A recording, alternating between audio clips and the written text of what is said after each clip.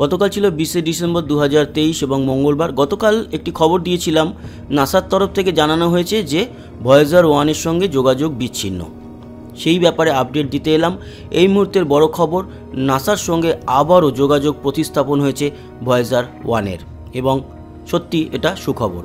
একটা সময় ভাবা হয়েছিল যে 2025 সাল অবধি যোগাযোগ থাকবে, কিন্তু গতকালকের এই রিপোর্টে আমরা মনে করি যে হয়তো ভয়েজার 1-এর সঙ্গে একেবারে বিচ্ছিন্ন হয়ে গেল নাসার যোগাযোগ, কিন্তু আবারও প্রতিস্থাপন হয়েছে, এটা সুখবর। আপনাদেরকে ডিএসএন থেকে সরাসরি দেখাবো যে কিভাবে যোগাযোগ হয়েছে। সবথেকে বড় ব্যাপার, যোগাযোগ ব্যবস্থা তৈরি হওয়ার পরও সেটা বুঝতে সময় লেগে যায় একদিনেরও বেশি। তার কারণ এই স্পেসক্রাফটটি রয়েছে 2440 কোটি কিলোমিটার দূরে পৃথিবী থেকে। তার যে সিগন্যাল আদান প্রদানের সিস্টেম, তা লাগে প্রায় 1.88 দিন, মানে 1.88 দিন বলতে 2 দিনের থেকে একটু কম।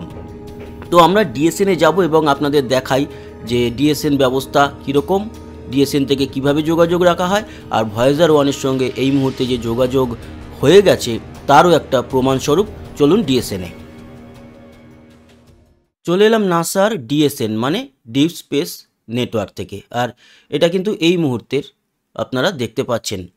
ডিএসএন হচ্ছে পৃথিবীর 3 দিকে প্রচুর অ্যান্টেনা রয়েছে। মহাকাশের যত স্পেসক্রাফট আছে সেই স্পেসক্রাফটগুলোকে ট্র্যাকিং করা হয়, লাইভ ট্র্যাক করা হয়। আর যদি ওয়ার্ল্ড ম্যাপ দেখেন তাহলে দেখুন গোল্ডস্টোন, মাদ্রিদ এবং ক্যানবেরা, অস্ট্রেলিয়ার ক্যানবেরা, এছাড়া আমেরিকার গোল্ডস্টোন এবং মাদ্রিদ থেকে সর্বক্ষণ ট্র্যাক করা হচ্ছে। কখনো গোল্ডস্টোনের সামনে আসে, কখনো মাদ্রিদ, কখনো ক্যানবেরা। কেন সামনে আসে কথাটা বললাম, তার কারণ পৃথিবী ঘুরছে, পৃথিবী গোল। এটা আপনারা এখানে ফ্ল্যাট দেখতে পাচ্ছেন, কিন্তু এটা কিন্তু একেবারেই গোল। তাই কখনো মাদ্রিদের সামনে আসছে, তখন মাদ্রিদ ক্যাপচার করছে, কখনো গোল্ডস্টোন, তখন গোল্ডস্টোন ক্যাপচার করছে, কখনো ক্যানবেরা, তখন ক্যানবেরা ক্যাপচার করছে। যেরকম OSIRIS REx এখন যোগাযোগ বন্ধ। এটা হচ্ছে KPLO দক্ষিণ কোরিয়ার এটা orbiter, Korea pathfinder lunar orbiter. সেরকম মাভেন রয়েছে, MMS-3 রয়েছে। সেরকমই কিন্তু আমরা দেখতে পাচ্ছি এই যে ভয়েজার 1, ভয়েজার 1-এর সঙ্গে যোগাযোগ বন্ধ ছিল এবং ভয়েজার 1-এর সঙ্গে এই মুহূর্তে নাসার যোগাযোগ শুরু হয়ে গেছে। আচ্ছা, আপনাদের একটা জিনিস জানিয়ে দিই, এই যে উপর থেকে সিগন্যাল নামছে তার মানে কিন্তু স্পেসক্রাফট থেকে সিগন্যাল আসছে। আর শুধু যদি এখান থেকে পাঠানো হতো তাহলে শিওর নয় যে সেটি রিসিভ করছে কিনা, কিন্তু যখন দেখা যাচ্ছে যে ভয়েজার 1 থেকে সিগন্যাল এখানে ডাউন হচ্ছে, একে বলে কেরিয়ার ডাউন, কেরিয়ার আপ এবং ডাউন। এখানে দেখুন KPLOর ক্ষেত্রে একটা উপরে যাচ্ছে, একটা নিচে আসছে। উপরে যাচ্ছে মানে কেরিয়ার আপ, আর সিগন্যাল রিসিভ হচ্ছে, তার মানে এখান থেকে তথ্য যেরকম যাচ্ছে সেরকম তথ্য ফিরেও আসছে, তার মানে একদম পারফেক্ট। এগুলো সব তাই, career up down, career up down, এগুলো কেরিয়ার আপ ডাউন। এটাই শুধুমাত্র কেরিয়ার ডাউন হচ্ছে, তার মানে এর সঙ্গেও কিন্তু যোগাযোগ ঠিকঠাক আছে। সেরকমই ভয়েজার 1-এর থেকে কেরিয়ার আসছে, তার মানে ভয়েজার 1-এর সঙ্গে যোগাযোগ রয়েছে এই মুহূর্তে নাসার, তার মানে যোগাযোগ আবার রিস্টাবলিশ হয়েছে। তবে সমস্যা কোথায়, এই যোগাযোগ যখন থেকে শুরু হয়েছে সেটা ঠিক হওয়ার পরেও জানতে সময় লেগেছে 1.88 ডেজ। 88 মানে 88 দিন নয়, একদিন 88%, আপনারা 2 দিন ধরতে পারেন।